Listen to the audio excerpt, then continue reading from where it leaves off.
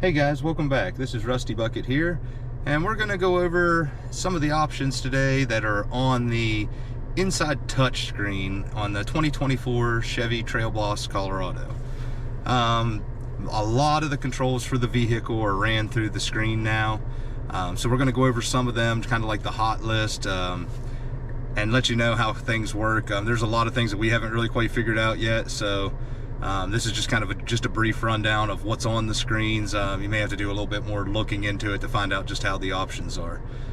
Kind of bear with me. There was no good place to put the camera, so I'm still kind of forced to hold it with one hand, push buttons with the other. So let's start going through this. If we go through the top of the screen, they have a little on-off control panel, and it's just like a brief rundown of like the stuff that you normally see. You can turn your power window lockout on and off, so that just kind of locks out all the windows but the driver's window, keeps the kids from running the windows up and down. You have a traction control system. You can turn the traction control on and off. Every time you start the vehicle, it's turned on. You have to come in and turn it off. It just kind of keeps you from spinning tires. It kind of helps with the stability of it and the pulling of the vehicle. We have auto high beams. You can turn your auto high beams on, and they'll automatically turn the high beams on when there's nobody in front of you, and if somebody comes in front of you, it will turn the high beams off. We normally keep them off. They do not turn back on once you turn them off. You have to physically go in and turn them on. The park assist is just a siren that lets you know that you're getting too close to something if you're backing up. We normally leave it on because you have to actually come in and turn it off every single time, so we normally just leave the thing on. And then you have the hill descent control, and the hill descent control is by far the best feature that we found on the truck. The only thing we can say is that they need to have it to change the speed limit of the hill descent control. It should be able to go up to 75, because what this thing does, if you turn on hill descent control and you go to pull out and you're on a steep hill, you can use the cruise control buttons to set the speed up to 25 miles an hour. So if it's a really steep hill, you set it at 1 mile an hour, it'll work the brakes and the transmission in a manner that'll hold you back to get you down that mountain at 1 mile an hour. And you can use the speed up, slow down controls of the cruise control to adjust that all the way to 25 miles an hour. Us living in a region that's full of hills, it would be a much greater advantage to us. We would use it all the time. If you're going down a hill at 55 miles an hour, here you're constantly riding your brakes. If we could set that hill descent control to 55 and it took care of that for us, normally the computer runs the vehicle better than we do, so it would probably save on wear and tear of the vehicle. But up to 25 mile an hour has still been a great thing for us. We use it nearly every day coming out of the driveway. The more controls, it just gives you just about basically the same controls that we just had, minus the lights, or plus the lights. You can do the power windows, power locks, you can shut them off.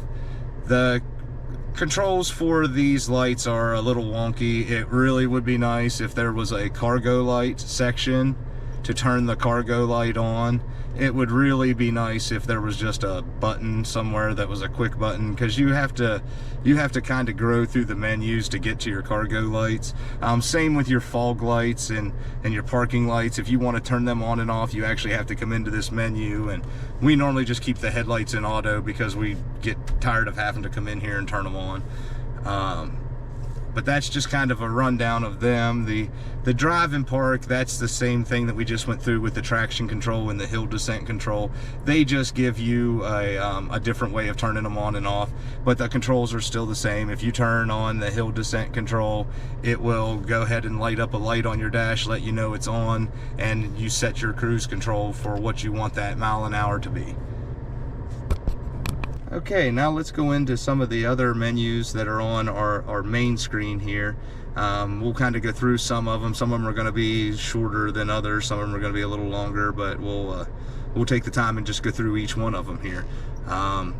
With the vehicle status, when you turn on, when you hit the button for the vehicle status, you can actually grab a hold of the vehicle and spin the vehicle around, and it shows you the different items, the brake pad life. If you click back out, you can go to tire pressure. You can spin it around, and it's kind of the same thing all the way around. It shows you your oil life, and it's all of the screens that are already up at the top. It's just where you can spin the vehicle around and find each one of them. And it even also tells you your battery voltages, but you get a lot of the feedback from the vehicle is here, and we're extremely impressed at how they did it. It's very well put together, and it's very helpful. So with the tires and the brakes, it breaks them down by the tire. Each tire is an individual tire, PSI. Same with the brakes. It lets us know what the feedback is on the brakes, what the brake life is. You can click on each one of them here, and you can add them to the driver display, so it'll show them on your heads-up display. And it'll also, you can actually relearn the tire pressure. So if you put new sensors in, you can relearn them here. Same with the brake pad life. You can come on to them, you can turn that off, you can add it to your driver display. There's only so many things you can put on the driver display, but you can put a good many of them on there. Fluids and filters. Fluids and filters are kind of neat for us. We like that the oil life is there. We like that the engine air filter is there. And each one of them, you can come in, you can add them to the driver display and also reset them. They both do the same thing. You can also turn them off just for the air filter. The oil, though, you can't turn it off. The engine, this is without a doubt neat. It gives you your battery voltage, so it is, and it seems to be pretty accurate. We've checked it with voltmeters, so we're at 13.8. It gives us our coolant temperature. Right now our engine's running, it's 100 degrees here, so we're running AC like we probably shouldn't be. We've got transmission fluid temperatures, and we have oil pressures. We have engine oil temperature also, so it lets us know this, you know, in hot days like we've been seeing, we've been kind of watching them, and even under normal driving conditions, these are just about what they stay at. The oil pressure will fluctuate, go up to 30 sometimes if you're on a harder pull, but for the most part it stays around 22 psi. Everything has stayed the same. The battery voltage, no matter what we plug in, we're 13.8. Coolant temperature, we haven't had the coolant temperature go over 205. So it's so far these have been pretty close to being accurate. The trip has been pretty well right. We've checked the mile per gallons on it, and the mile per gallons have been right. You'll see we're at 1,548 miles that we've actually drove on this vehicle. They had 12 miles on it when we got it. So that's the actual mileage that we've been averaging. We've been keeping track of the fuel mileage, and we've been getting 20.9 miles to the gallon. Again, like I said in the previous part, we do live in a hilly area, so we're constantly up and down hills. So even with us pulling up major hills, that's about what we've been averaging. The trip 2 is just like our most recent trip. It's really off because we've been sitting and idling a lot. But you can go into each one of the trips, you can click on them, you can reset your trips. We're gonna go ahead and leave trip 1 as the original mileage and just see how far it runs up, and we're just gonna use our trip 2 to show us what it is we've been doing per tank of gas. And these distances, you can come onto them and you can actually change these up. It'll show the distance, the fuel economy, time lapsed since the vehicle started up, and it resets every time you turn the vehicle off. So we don't really keep them on the heads-up display. But that's, like I said, a quick breakdown of just like your vehicle status screens. All right, now to get into some of the other options that are on there. And some of these are just options we don't really use a whole lot of. You can go into the Play Store. The Play Store will let you go through, and if your phone is connected to it, you can go ahead and add different apps and things to the device. Again, we don't really mess with them. Google Assistant is kind of... To do that, you'll need an internet connection. Google Assistant is kind of the same way. You're connected to the phone, you can ask it, hey, get me directions to you know, any restaurant that's close to me, and then it'll come up and give you a list of restaurants. You click on them and it'll load them on your GPS. The Android Auto is more for the music side of it. When you click on it, it goes ahead and it shows you the different you know, we'll get like the songs that we're listening to, and we'll also see the Google Maps when they come up. And it also, basically anything that the Android phone does, the Android Auto will do. You can text, message, you can do anything like that. If you have Amazon and Alexa set up on your phone, you can just connect to Alexa and talk to this just like you would your normal device at home. Hey Alexa, turn on Pandora, and it does it. The trailering, that's probably the one you want to see more than anything. It shows you what your electric brake output is. We've tried this with a trailer that had electric brakes. Great feedback. It let us know what our gain was. We were able to adjust it with the in-dash controls that come standard with the Trailboss. If you click on each one of them, it'll even explain to you how to set the gain. You can add this to the driver display so you can see it when you're driving down the road. The trailer lights, this will just give you the status of each one of the lights, and it goes by the pins. So if you're using the 4-prong pin or if you're using the larger pin, you can see if each light is testing right. You can actually start a light test and it will test every light on the trailer. We used it and found out that we had reverse lights wrong, so they do actually work. And then the checklist is kind of like the same idea. It goes through just the general items that most people know, but a lot of people that are new to trucks just don't understand. So this gives you a way to go through and check all of the things that you need to know to get going down the road. So for the new person that hasn't ran a trailer at all, this is pretty handy because it lets you know, hey, my hitch is securely mounted, my trailer is connected to the hitch and lock, the electrical connector is plugged in, and you can actually go down and through and you can just check those items off. And really, if you check them off, you should have you're starting your trip right. You're starting your trip with everything that you need to have done. So let's go back up out of here. Let's get back to our outside screens. All right, now let's get into settings. Settings are basically the same settings that you see on any of the newer vehicles.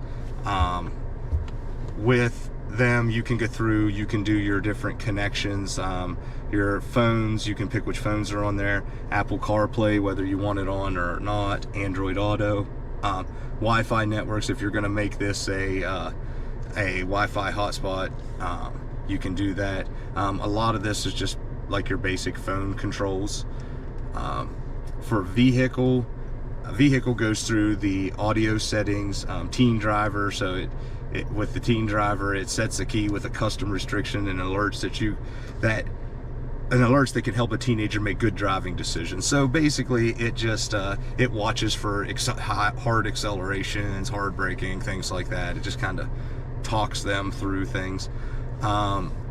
The rear seat reminder, this is so that people don't leave kids in a vehicle. I have no idea how that happens, but I can see that it would happen. I read a thing the other day that said you should put something important back there so you don't forget the kid is back there. I thought the kid was the important thing, but either way, you can turn on the rear seat reminder, and that keeps you from leaving somebody in the back. The buckle to drive, you can turn the buckle to drive on and off, and it'll once you come out of park, it'll let you know what if you look on the dash, it'll show you what seats do not have a seat belt on right now, whether there's a person in there or not. Climate and air quality, this is where you turn on the rear defogger. You can also turn it on the dash, but you can also turn it on here. Collision detection systems are just your automatic emergency braking, front pedestrian braking. We turned a lot of these off because we didn't want this thing like stopping for no reason.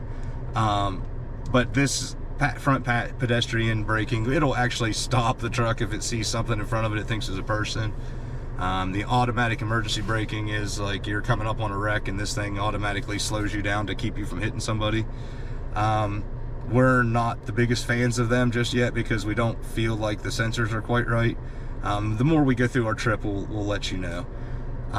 The comfort and convenience side, this is just the chime volume. It lets you, when you're opening up the car, da-ding, da-ding, da-ding. We keep that turned off. Lighting, this lets you know how long the vehicle locator lights. You hit the on or the unlock button, and the locator lights will come on to let you know it's your vehicle. Your exit lighting stays on. You can keep it on for 30 seconds. You can actually go in and change these to 60 seconds, 120 seconds, or just the lights don't stay on when you open them up, or when you shut the truck off. The power door locks, this is just auto unlock, so it unlocks all doors when you come to a stop. And then the delayed door lock is just, it locks all the doors once you get going. We don't really mind either way. The auto door unlock is nice, so I'll give them that. The remote lock, unlock, start, this is just where you can adjust your feedbacks, your remote unlock light feedback, so you can tell it, do I want the thing to turn the lights on when I hit the button, or do I not? You can tell it what you want it to do too. You can have horn only, lights and horn, lights only.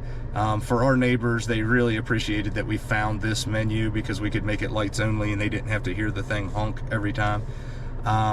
This is a big one. Key left in vehicle. My God, turn it off. If you leave the key sitting on the dash and this thing is on and you shut the door, it honks the vehicle 3 different times. It scares you to death, and you hate the fact that the thing honks the horn. So once we found this, again, the neighbors were super happy with us. We turned that guy off. The remote door unlock, you can have it do all doors or just driver's door. The key removed from the vehicle alert, we turned this off, but we probably should have left it on, because it will tell you if you like have the vehicle running and you leave the key in your pocket. But I don't like it. We just shut it off. So far we've been able to leave the key in our pocket, turn the vehicle on, and walk away, and it doesn't shut off, which is nice. But that, like I said, that mainly goes through this screen. Let's move on to the next one.